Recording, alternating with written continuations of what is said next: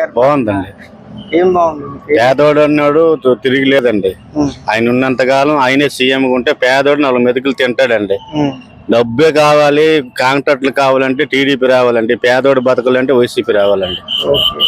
ఇప్పుడు అదే పథకాలు చంద్రబాబు నాయుడు కూడా 6 పథకాలు. నమ్మకం లేదండి. నీటిలో బుడగలాడదండి, ఎప్పుడు పేలిపోతో తెలియదండి. అలాంటి హామీలు ఫస్ట్ చూసామండి. వాస్తవాలు లేవు, గ్యారంటీ లేవు, మాటల వరకే. అయిపోయిన తర్వాత కొన్ని టిక్లు పెట్టివలసి వస్తుంది. ఇతను అలా కాదు, ఏ బాధపడుతానని తెలియదండి, కానీ ఇవ్వడం మాత్రం పక్కా ఇచ్చాడండి. అది వాస్తవం. మాలాంటి మేము పేదోళ్ళమండి, మాలాంటి పేద కుటుంబాలకి మా దేవుళ్ళు అంటాడు జగన్ అండి. ఓన్లీ ఆ పథకాలన్నీ వైఎస్ఆర్సీపీ పార్టీ వాళ్ళకే చెందుతున్నాయి, మిగతా పార్టీ వాళ్ళకి చాలా తప్పుడండి ఆ మాట. అన్నాను, 100కి ఒక్కరికి తీసుకురండి నా దగ్గరికి, 100కి ఒక్కరికి తండి. ఇక్కడే ఉంటాం, మరి ఒక అరగంట లేట్ అయినా పర్లేదు, మీకు టిఫిన్ కూడా పెడతాను. ఒక్కరికి తండి. ఆయన ఇచ్చిన పథకాలు ఏ ఒక్క పథకం కూడా అరెక్ట్ ఉన్నాడు అందరికి ఇచ్చాడండి.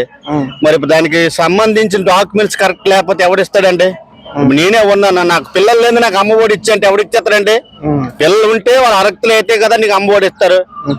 100కి ఒక్కరికి తీసుకురండి. ఎవరికైనా సరే జగన్ అన్న ఈ పథకం ఆపాడు అని అదంతా ఉట్టి ఇదండి, తప్పుడు మా ప్రసారం. ఆయన అందరికి ఇచ్చిమన్నాడండి, అందరికి ఇచ్చేస్తారు, ఇందులో రాజకీయం లేదండి.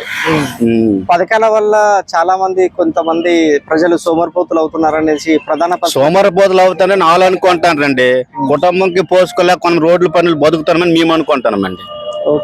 ఈ తెలుగుదేశం జనసేన అంటే పవన్ కళ్యాణ్ చంద్రబాబు నాయుడు పొత్తు వల్ల వైఎస్ఆర్సీపీకి ఏమన్నా వచ్చే ఎలక్షన్స్ ఏం అవ్వదండి. 100కి 90%, కొంత 10% సీట్లు తగ్గొచ్చు, కానీ సీఎం మాత్రం నా దృష్టిలో జగన్ అవుతాడండి.